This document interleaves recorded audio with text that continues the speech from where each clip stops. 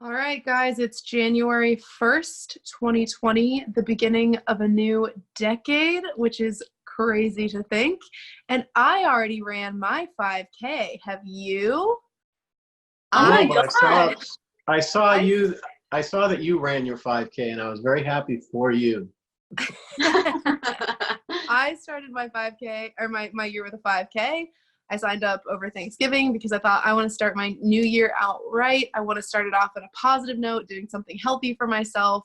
And in doing that, I made healthier choices New Year's Eve because I had to get up at 8 a.m. to run a 5K, which is not excruciatingly early, but still early for New Year's Day, as I would usually get up. So I wanted to talk about resolutions and how that fits into your life, or maybe it doesn't. That I think it's kind of interesting to see the conversation around, do you make resolutions? Do you not? Do you think they're stupid? Do you think you should make resolutions all the time? Is it only a New Year's thing? And why some of us just can't hold on to the healthy habits. Hey everyone, welcome to XYZ Storytellers, a platform started by three people across generations X, Y, and Z, engaging in conversations in the spirit of increased empathy and understanding. Hi, I'm Erin, the millennial traveler and author. I'm an empath with a drive for connecting to others. I enjoy singing in the car, eating pints of ice cream, and hanging out with my cat, Gimbal. Hey, I'm Rich, the graybeard Gen Xer with 30 years in conference rooms or airplanes around the globe. I've also been a Little League coach and a family bus driver. This podcast is a way for me to have the types of conversations that just don't happen enough in my day-to-day life. And me, I'm Lily. I've always been very opinionated, and I speak passionately about things no matter who I might be with at the time. I'm here to share my thoughts and get the perspectives of two other generations so I can grow and expand my understanding of the world around me. With XYZ Storytellers, our conversations aren't meant to be political, social, or even related to current events. We are just recording authentic conversations on a variety of topics, hoping they will resonate in some small way. Thanks for listening.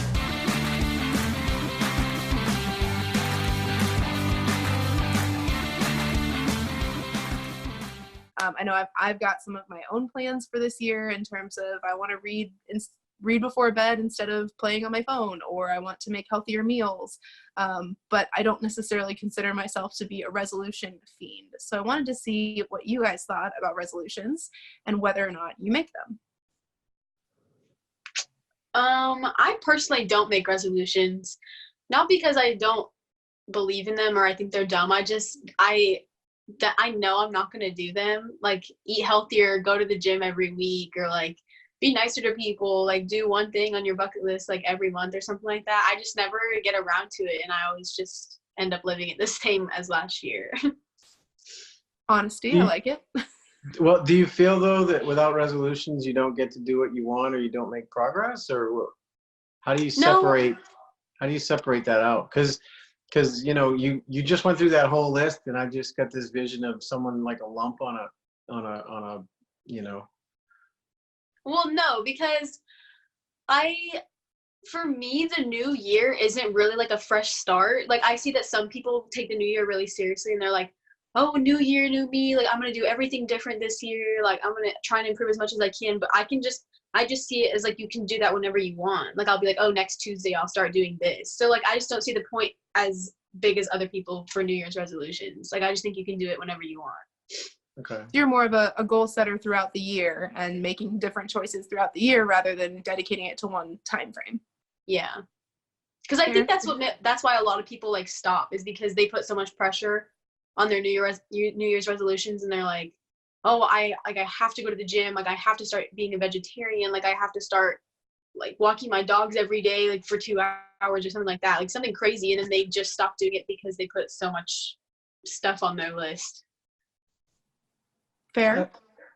I'm probably somewhere in the middle. I mean, I used to have resolutions like everybody else, and that was the big thing, right? And before all this self-improvement and all the different things that you see out there today with life coaching and all that, right, which hits close to home for me, New Year's resolutions was just probably the only time of year that somebody really gave thought to self-improvement.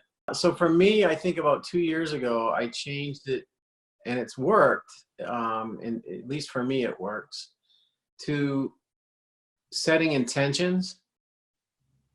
And it seems like verbal gymnastics a little bit, but for me, setting intentions and how that's different from resolutions is if you don't meet your intentions in a given day, then your intention is that you'll meet that intention the next day. Like you break a resolution, and a lot of people would set resolutions, then break them, and then be like, okay, I'm done. I'm free till next year. I don't have to keep this resolution anymore. Whereas if you set an intention, there's this whole notion of persistence and course correction, and just keep, doing it every day. And it kind of evolves into what you said, Lily, which is, you want to wake up, maybe not think about it every day, but every day is an opportunity to improve. And so for me, I think it's a change to living with intention. And I did some things, and I've said some things publicly, and, Rebecca has said some things about, say it out into the universe and it'll come true. I'm like, well, I don't know if I believe that just stating it, but I do believe though that saying an intention out loud does set an accountability, because you let it get outside of your own head. Because there's been a lot of intentions I've set inside my own head, never even shared them with my wife. And they never even went anywhere, because I was my own worst enemy when it came to whether I kept the intention or not. So for you guys, what usually sparks a resolution, whether it's throughout the year or for New Year's? What usually sparks this need to change something? Well, usually it's like things that I've wanted to do throughout. Like if I do have a New Year's resolutions, it's like things I've wanted to do throughout the year, but I never got to. So by New Year's, I'm like, oh, might as well like just state it as a resolution and try and do it next year. Like it's just something to remind myself, like, oh, you wanted to do this early in the year, but you never got to.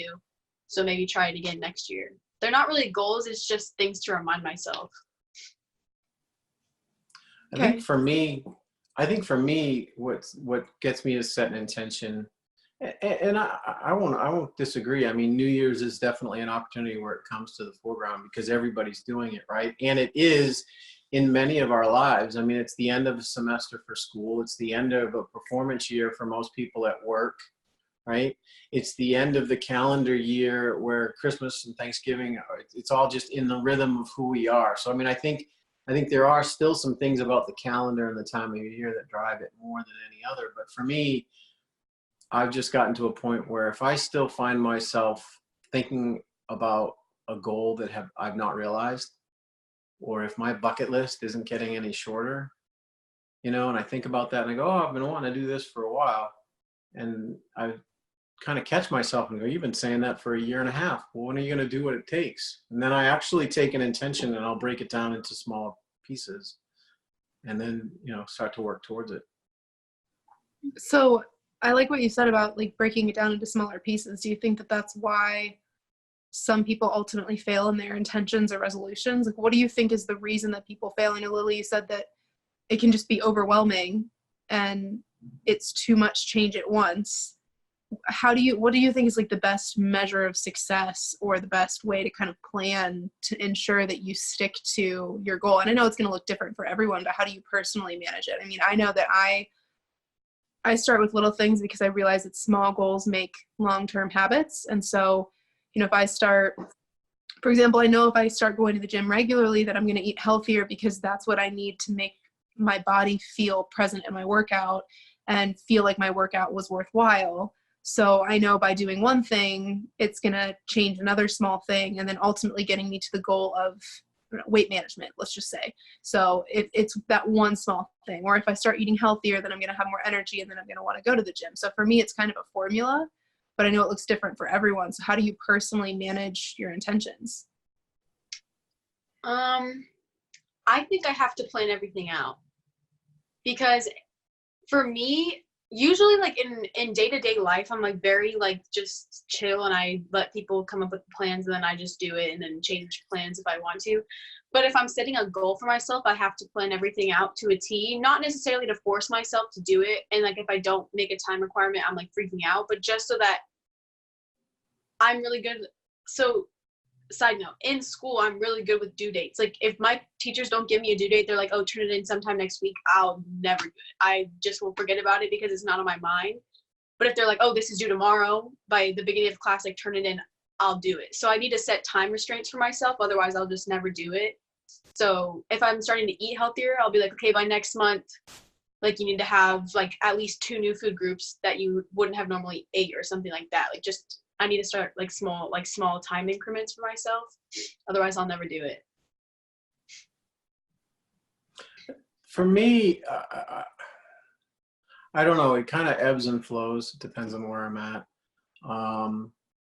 You know, I can be somewhat manic, right? I can be in periods where I am like hitting on all cylinders and I've got 6 different things going at once. And then for, you know, no apparent reason to me yet, I haven't found all the patterns and all the different triggers yet, but there's times when all of a sudden I'm lucky if I can do one of the 6 things in a given day, you know?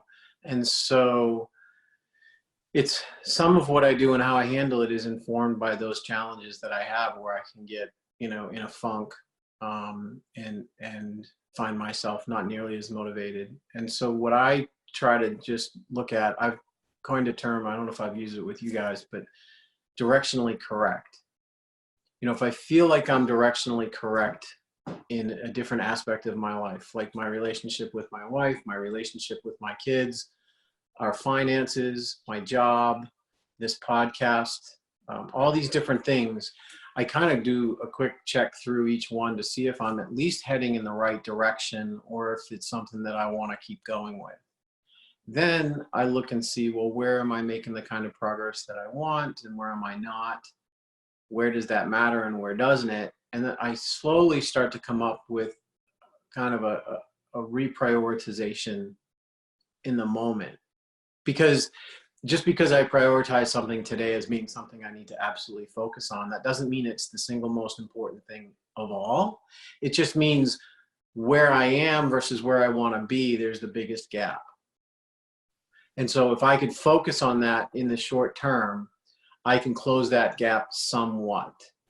And I, you know, again, it's directionally correct and it's goal driven. So I think in some respects, maybe I don't make the kind of progress that I could if I was more disciplined, but I've never been the type that could take a planner and map out my week. That just seems claustrophobic to me. It seems limiting, and it seems like you're not open to those moments where you can experience things unexpectedly if you're so focused on your schedule. So I try to find the balance between having some kind of structure and prioritization, but I don't necessarily put myself to a deadline. Can I at times? Yes. But Lily, I've been where you're at and I get it when it comes to schoolwork and saying I need to have certain things done. But I was also that guy that waited till the night before and I wrote my 20-page paper the night before it was due and got a B plus, you know? So I think for me, the only thing I can recognize as the gray beard in the group is it changes. Your own personality and what makes you effective changes as you go through life. I think I personally set up benchmarks for myself in a way. So like even signing up for the 5K, and really the reason that I did it was because it's at my old place of work and they sent out an email and I went, oh, that's, you know, it doesn't sound like a bad idea. I had also had a few glasses of wine, so I was like, yeah, I can totally do a 5K. And I ended up beating my record, even though I have been out for exercise for 2.5 weeks with bronchitis. So, I mean, it was a great success to start my year, that's for sure. But I think I needed that benchmark to help me keep running every day up until that point.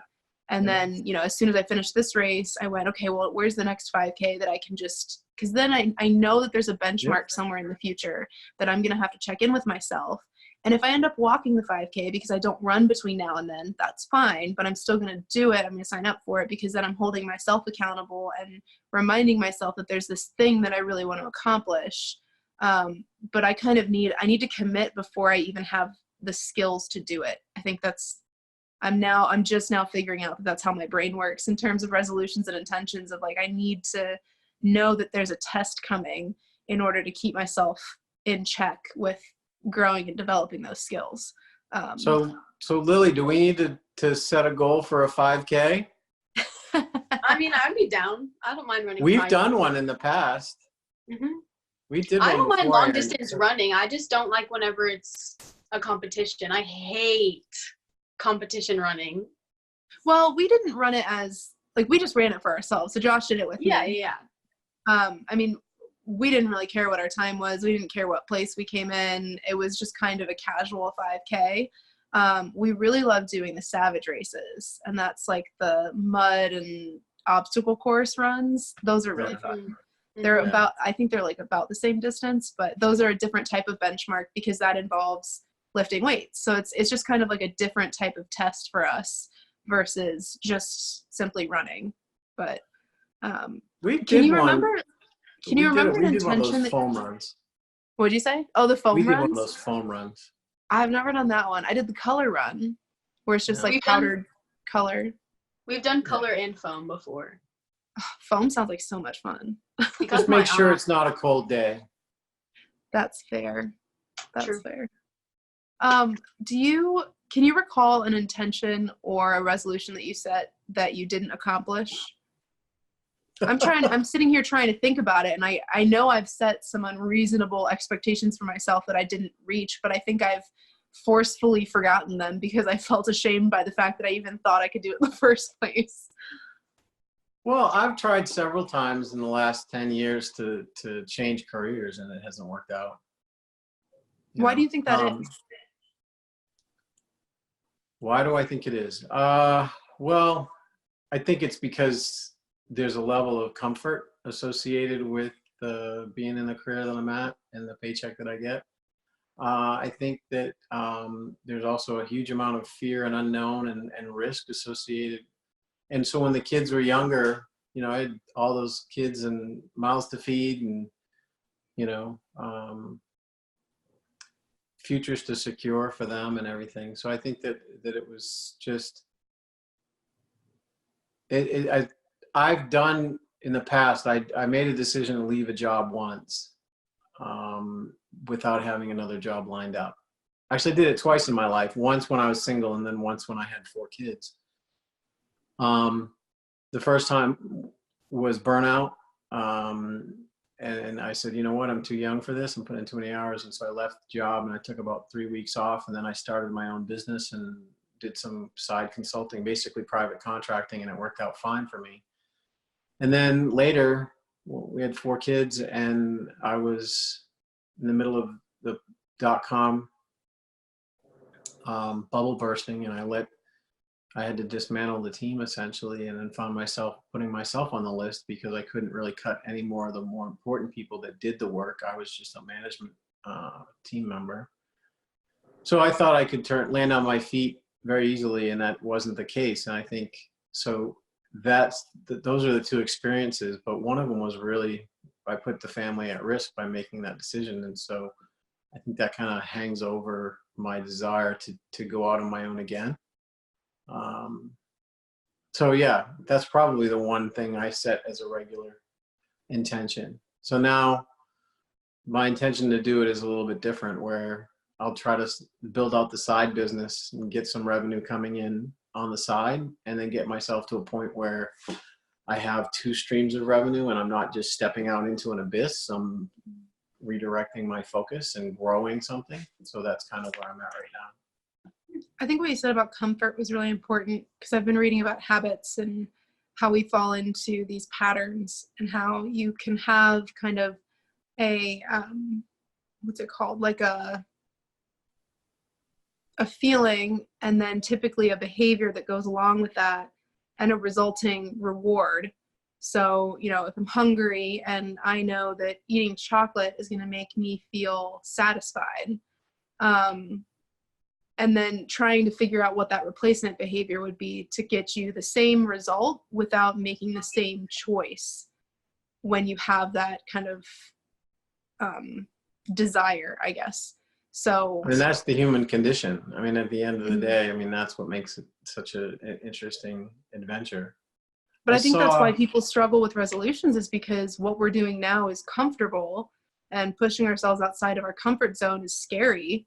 And I think that has a huge part in it. And I don't know, it really makes me step back and think, why is this one thing so comfortable for me if I know that it's not good? And I'm beating myself up every time I sit down and eat 3 pints of ice cream for dinner. I don't do that. I'm just hypothetically, if I know this thing is bad for me and it doesn't make me feel good, why is it so hard to get rid of? Right. Well, I think it's when you reflect, right? I think anytime you make a resolution or you make an intention to change, I think there's an acknowledgement that what you were doing was not what you should be doing going forward, or what you want to be. You have to come to grips with the prior behavior and see it for what it is in order to fully appreciate why you need to change it, right? And I think there's a piece in there about owning the past errors. And then you potentially get trapped in this cycle of, well, did I do these old behaviors because of weakness? And is that weakness mean I'm weak and I'm not strong enough to do these others? And why wouldn't I not have been doing this before? This is such common sense, right? So you can get caught up in that whole thing. And I think a good resolution or new intention, and one that has a high likelihood of being successful, is the one where we own the past behavior, don't feel negative, but we're very intentional in wanting to separate from that old behavior, and we celebrate that victory of the new behavior, without having to go through processing all of that, maybe that self-criticism. I mean, I think it's comfort if it's an old habit, but also I think sometimes it's a guilt or something that holds you back, right? I saw something today online. It was really, Russell Brand. Yes. Very eclectic guy, right? I mean, but, and he's had a life. Did he write the book on addiction? He's been very open about his own addictions. Okay. I know he's got a lot of different things. And he says he gets up every day and he meditates and does yoga and he exercises. And then he goes to different support groups for his different challenges that he has. And he had a term that he used in a recording I saw today. He said, discipline is faith in action.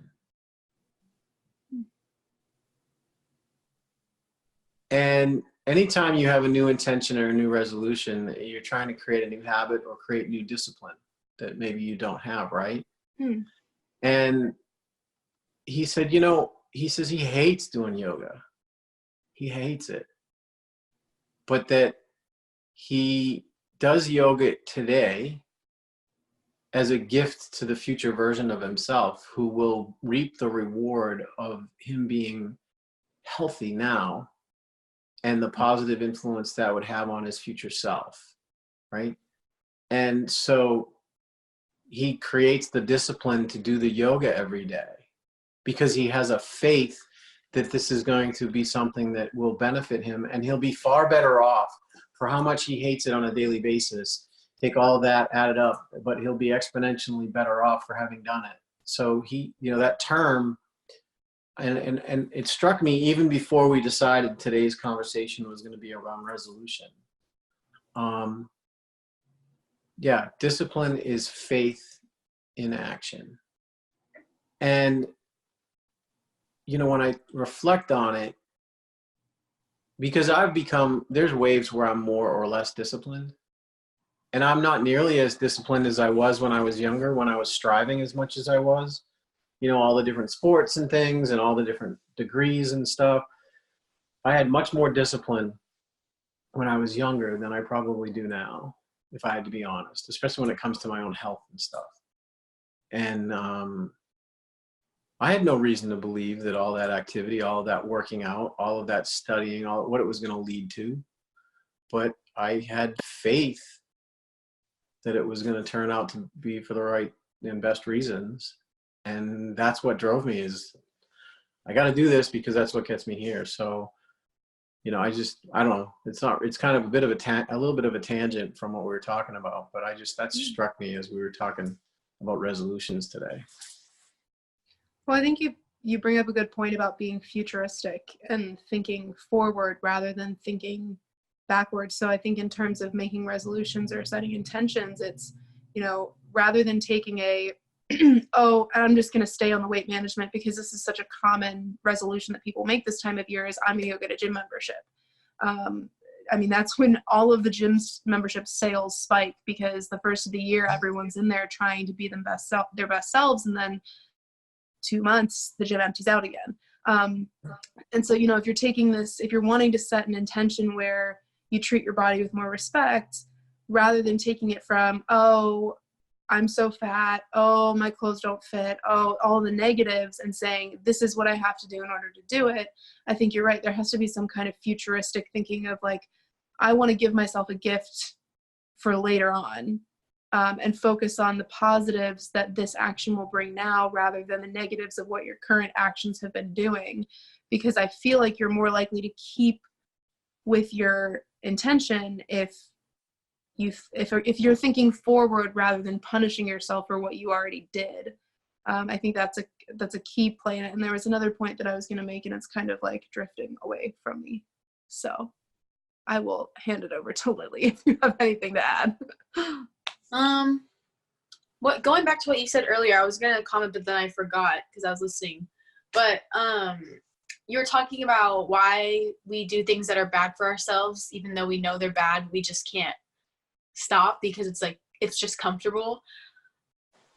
I don't know about everyone else because I can't speak for everyone, but for myself, even though I know it's bad for me, I don't really know what I'm talking about specifically, but if I'm doing something that I know isn't going to help me in the future, like procrastinating or like doing my homework at lunch before class, like it's just, I know it's not good, and I know that there's other ways to do it that'll probably help me get better grades. It's just because I know the outcome. I've done it before. I know how to do it. I know what time to do it. I know how fast I should do it. I know how much work I should leave for myself for the next day. It's just because I get so used to the outcome of getting my homework done the last minute or doing things the last minute, because I know how everything's going to end out. Like, even though there's better ways to do it, I think that's why I'm so, like, everyone's so comfortable with their bad habits, because they've done it before and they know how everything's going to turn out, even if they do it. So I was just going to add that, but I forgot. Well, again, it goes back. I think early on when we were talking, the idea of New Year's resolutions was like the one time a year that someone made a statement about how they were going to improve themselves in the coming year, and that was an annual event. It wasn't a daily event, right? The idea of a gratitude journal, the idea of a daily planner, the idea of all these different things was not nearly as prevalent as it is today. And I think, though, Lily, when you talk about procrastinating, I think we run the risk sometimes of, when we're just being, I mean, if you come home from work and you just, for whatever reason, you're drawn to jump on the couch, curl up under a blanket and put a movie on, a Disney classic that is completely mindless, has no, whatever, right? There's something to be said for that as being fine. There's nothing wrong with that, right? But we sometimes turn things into these negative connotations that, whoa, how did I improve myself today? It's like, well, hold on. There's nothing that says you had to improve yourself today. It's like, so for me, I've learned at times to take, you talk about when do you look, if you don't look every year, New Year's, when do you look at what you're doing and everything? And I kind of just, like I said, I just look to see if I'm directionally correct, if I'm heading in the right direction, if I'm honest about where I dropped the ball or didn't make as much progress as I wanted, that's fine. But if I can look myself in the mirror on any given day and really honestly say, well, I did the best I could or I didn't, then the next day, I'm just going to, well, I'll do the best I can tomorrow, right? I mean, I just kind of reset. And, but I think some people get so caught up in this self-improvement mindset that every moment needs to be something. If every food you choose, if the way you wake up is you have to exercise, and then I have to spend quality time with my kids, and then I have to have some quality time with my partner, and then I've got to really make it, it's like, you can't have every minute of every day be sliced and diced into some kind of thing for the future you, because if that's all you're doing is living for the future you, when are you actually living? And I know that sounds really kind of convoluted, but you know, sometimes it's just like, okay, so if it's 40% or 60% living and 40% doing things for my future self, what's the right balance there, right? I don't know the answer to that, but I'll throw that out as a thought. I just think people get so caught up in their New Year's resolutions for doing things for their future selves, like going to the gym or eating healthier, that they mess up once and they give up. Like they skip a day and they're like, oh, might as well just stop there. Like I think what people need to do, if they really, really, really want their New Year's resolutions to work, is just give yourself a second chance. Because Dad, like I don't know if you've said this in this episode, but in multiple, you're like, people are their own biggest critics and their own biggest haters or enemies. Yeah. I don't know, something like that. So they miss one gym day, they eat one cookie, and they're like, oh, that's that. Like, I'm over. Next year, I'll try again next year. I just think people need to stop being so hard on themselves. But no, and I think you're right, and that goes to the point I made earlier of having intention, being intentional, right? If your intention is I'm going to work out more this year versus I'm going to go to the gym every day. Well, the second one, I'm going to go to the gym every day, is a resolution that I can guarantee you're set up for failure before you even start. Because you're not supposed to work out every day anyway. That's bad for your body. Notwithstanding, though, it's just statistically, you're not going to go to the gym every day. No. And if you did, you are like such the anomaly. We'll just put you off to the side, right? But if you say, I'm going to go to the gym more this year than I did last year. My friend has this expression when it comes to performance in your job. People want to know that they can overachieve. Not just that they can achieve their goal. Like you have these old measurements in work and they talk about SMART, right? Measurable, achievable, realistic, timely, right? So you want it to be measurable, you want it to be achievable, but really people want to know, how can I overachieve? So if I'm a salesperson and I know I can sell, $750,000 worth of revenue, whatever, and my goal is that I have to sell 600,000, I already know I can overachieve my goal. But the fact that I only sold 500 last year means I'm going to get a 20% growth. So the business gets the growth, but I know I can achieve greater. So now I want to see how much more can I achieve. Now you don't have that limit, right? Whereas if I know the highest I think I can achieve is 750 and someone says my goal is 750, well, now I may not achieve it. And now I'm worried about all the different ways I might miss it. And so now I'm thinking with 750 as my limit. You know the expression, right? Don't aim for the moon, aim for the stars. Because if you aim for the stars, you might hit the moon. Mm-hmm. It's that kind of, psychology thing. And so, in living with intention, Lily, is the idea that says, set yourself up for success. And every day that I miss, I can still course correct and still go to the gym more than I did last year just by starting anew. Mm-hmm. That goal is still achievable. That goal is still, I can overachieve.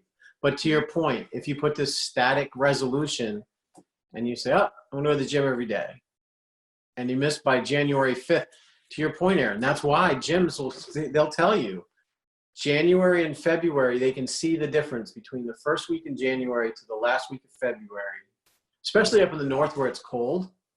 Mm-hmm. That 6 a.m. spin class is completely different dynamic by the end of February. Well, I kind of had an interesting revelation this morning because, like I said, I had been running every day. I went outside here just at a park and I ran a 5K in I think 34 minutes and some seconds, just on my own, just to see if I could do it, just to kind of try my hand at something new. And then the day after that, and this was early December, the day after I got bronchitis for 2 weeks. And then I had this weird nausea thing for a while. And so I really didn't go to the gym. I didn't run, and I ate so many carbs, I wanted to throw up. I think I gained 5 or 7 pounds just in that 3-week period because my body wasn't cooperating with anything I was doing. Mm-hmm. And so when I went into this 5K, I was really nervous because I was like, I'm not going to be able to run the whole thing. I was kind of beating myself up because, and not to the extent of, you know, like self-deprecating, but it was just kind of like I didn't have high expectations for my performance in this run. Like I had intentionally had like the intentions that I had set originally. And so we took off running from the start. I felt good. It was a good run, but about halfway through I was watching people pass us and I was just kind of like, all right, this is not my best run. I'm just gonna give up and do whatever and at least hit the finish line. And I don't care if I walk, I don't care if I run, as long as I hit the finish line, I will be happy with it. And so I kind of gave up on that achievement aspect of it at all. And then sure enough, we turned the corner and Josh is like, okay, let's, you know, sprint the rest of the way. And so we started running a little bit faster. We picked up pace, and then we started sprinting as soon as we saw the finish line. And all of a sudden I realized that we were 2 minutes earlier than what my personal record was. And so I booked it and beat my personal record by just under a minute.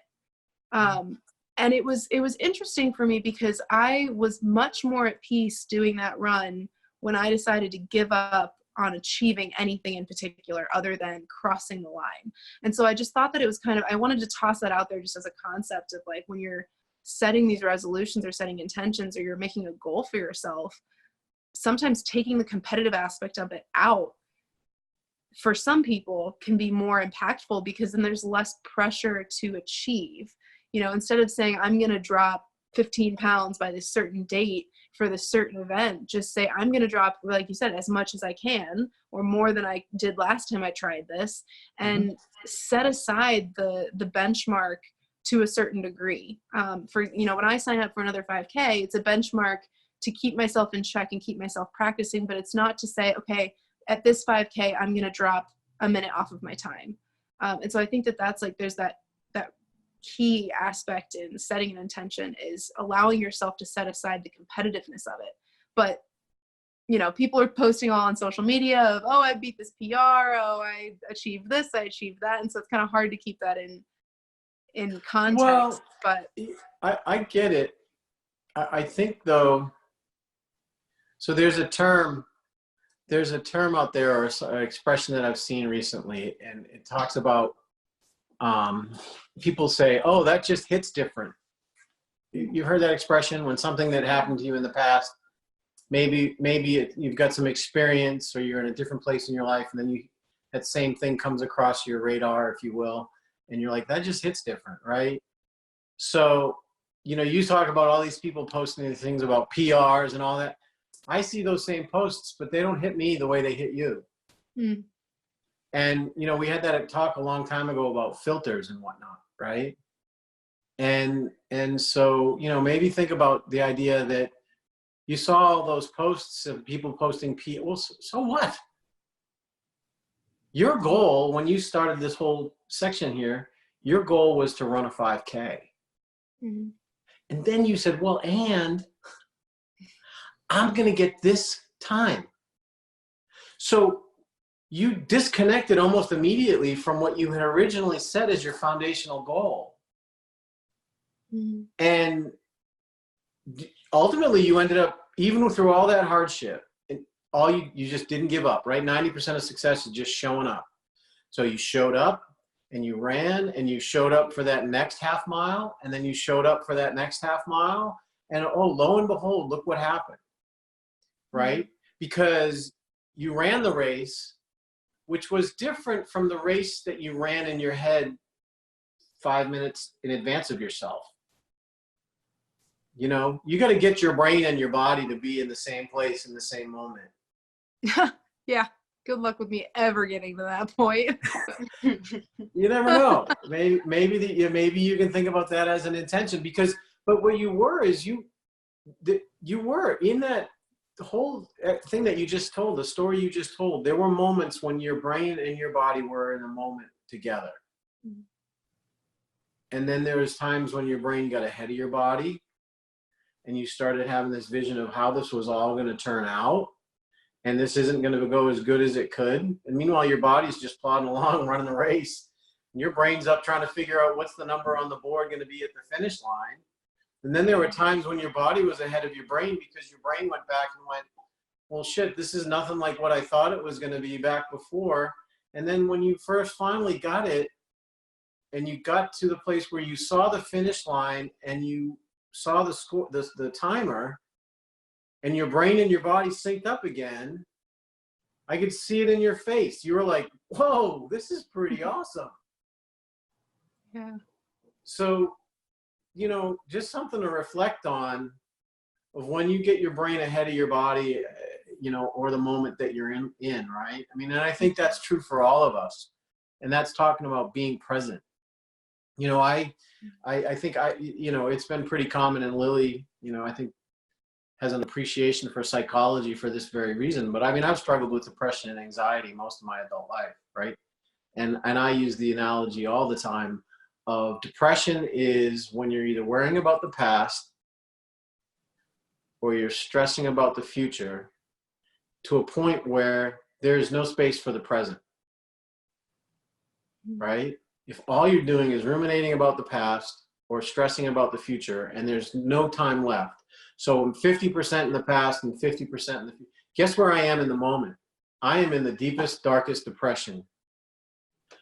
But when I was getting treated and going through different experiences, when I could expand, and it was like, I would take walks, and it was about living in the moment. You weren't allowed to talk or think or do anything other than just notice the things around you. And the best way to crawl out of that depression was to slowly start to create more and more of my life was about living in the moment. And if you can get to a point where you spend 5 or 10% of your time thinking about the past, 5 or 10% of your time figuring out the future, but 80 to 90% of your time is living in the moment, that's a healthy thing.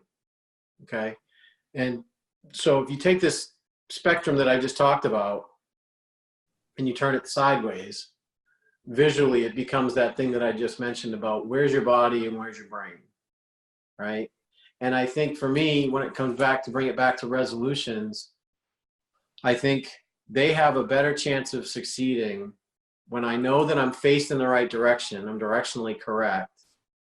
I know and I recognize, no, I'm not where I thought I would be, but I'm further than I was. I take that victory of itself, and then I go, what I need to do, or where do I want to go? And then it goes back to, now let's break that into small steps.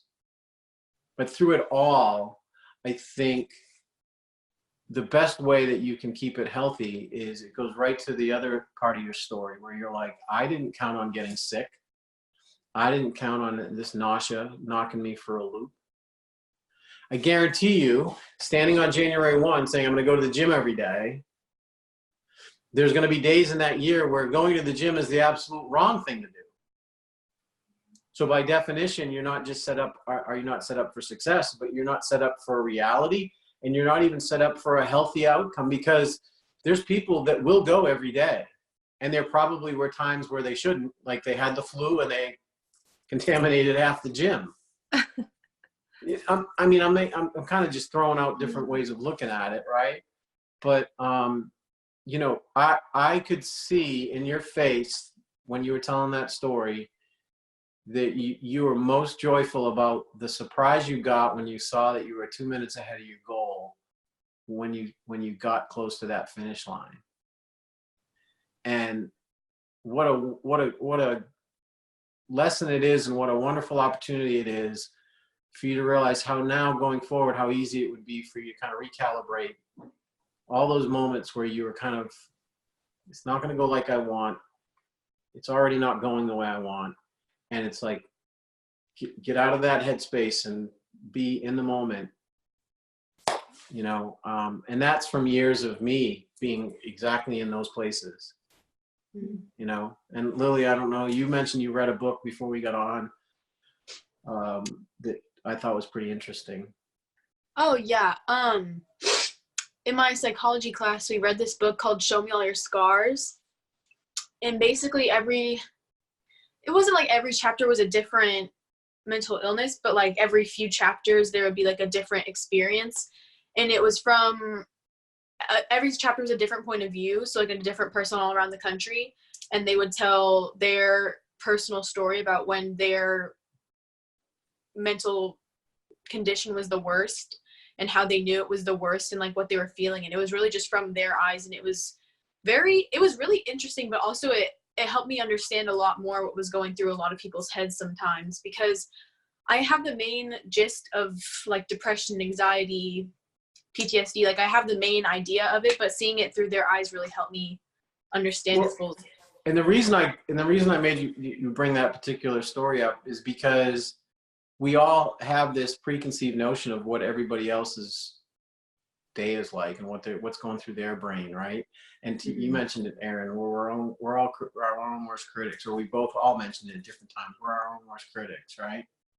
And I think that the two young ladies I get to talk to every week are pretty amazing. Oh, thanks. Now don't do that. Don't do that. That's the kind of thing where you got uncomfortable at being complimented, and so you dismissed it. Own it. Seriously. Thank you, Rich. I appreciate that. All right. It is a pleasure to talk to you as well. Well, I wasn't going to let you get away with deflecting it with humor and miss out on the pride that you should feel that you're doing some pretty amazing things. And Lily, you keep doing what you're doing with your schoolwork, and your future will go hopefully exactly where you want it to go. But, you know, when it comes to, as we get ready to close out, when it comes to resolutions or intentions or whatever it is, don't be your own worst critic, you know.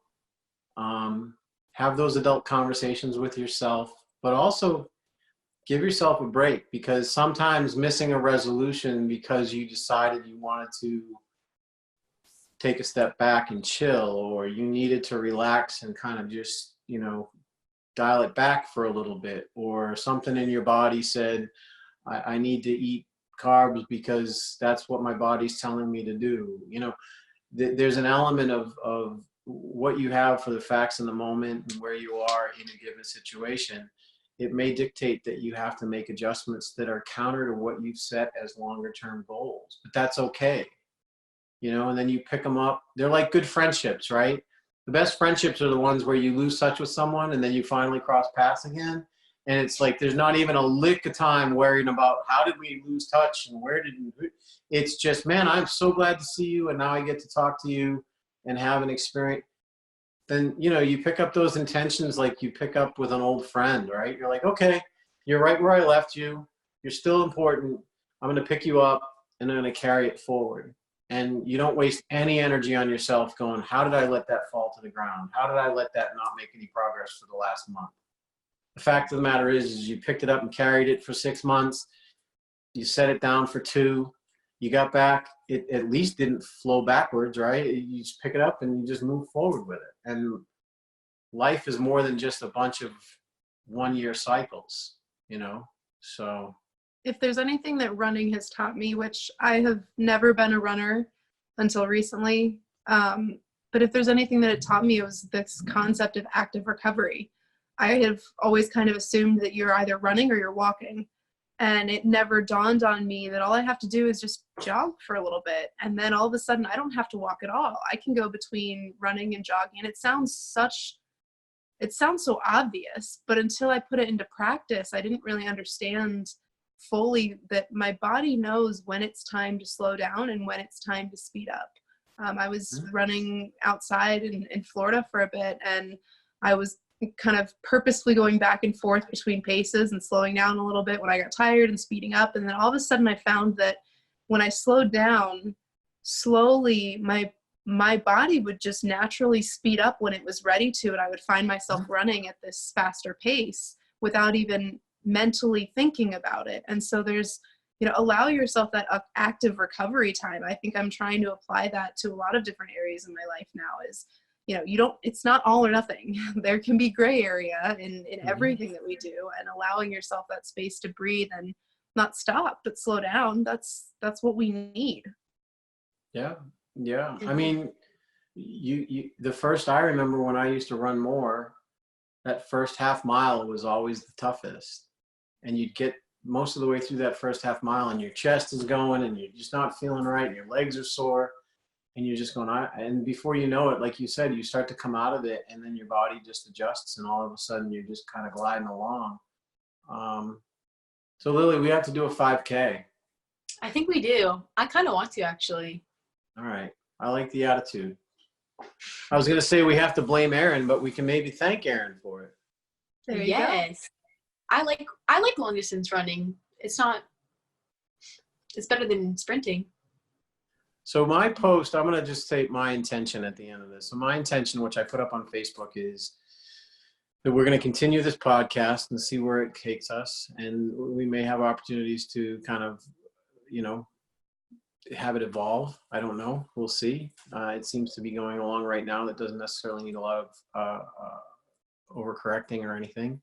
And then I'm going to be doing daily TikToks, which is going to be 1 minute things. It's going to be, the focus is going to be on resilience. And I've also stated out in the ether about getting some paid engagements and some paid clients for my coaching and then starting my book. So on that last piece, I'm going to reach out to you, Aaron, and figure out what your going rate is for book writing advisory services and possibly helping me put an outline together. I just finished my contract yesterday. That was my last 2019 task, was to come up with pricing and contract and set myself up for an easy, successful client professional relationship. So got you covered. Good. Selling your services at the value that they need to be sold at. Yes. It's taken effort, but I'm happy with where I'm at. So. And I'm not even going to ask you for the friends and family discount either. Which I wouldn't anyway. I'm just teasing. So Lily, how about you? What's your intention for this year? Do you have a single intention? Even though, or for this week, forget this year, because you said you do this ongoing. So what's your latest intention? I was actually thinking about it during this, like during a little bit when I was talking in the back of my mind. I need to get prepared for my second semester because I'm starting next Tuesday and so we're starting all new classes. I have 4 new classes. I have none of my supplies, so I have to go get ready for all of my new classes. Perfect. That was my goal. You're going to be doing it in Seattle because we're going to be there until you get back.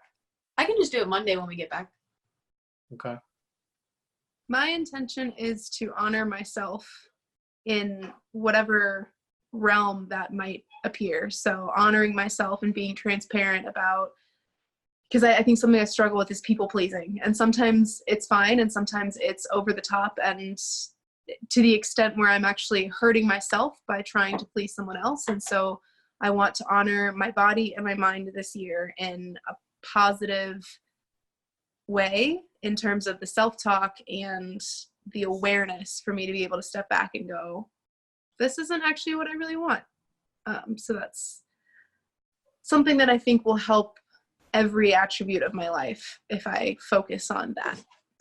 Self-awareness is a powerful, powerful thing. Yes. All right. Well, thank you for chatting with me about resolutions, and let me know when you want to run a 5K. I will come wherever you are and run it with you. Awesome. Yeah, we got to get you to come down here and hang with us. I will Yes. gladly do that. Bye all. Bye-bye. Yeah.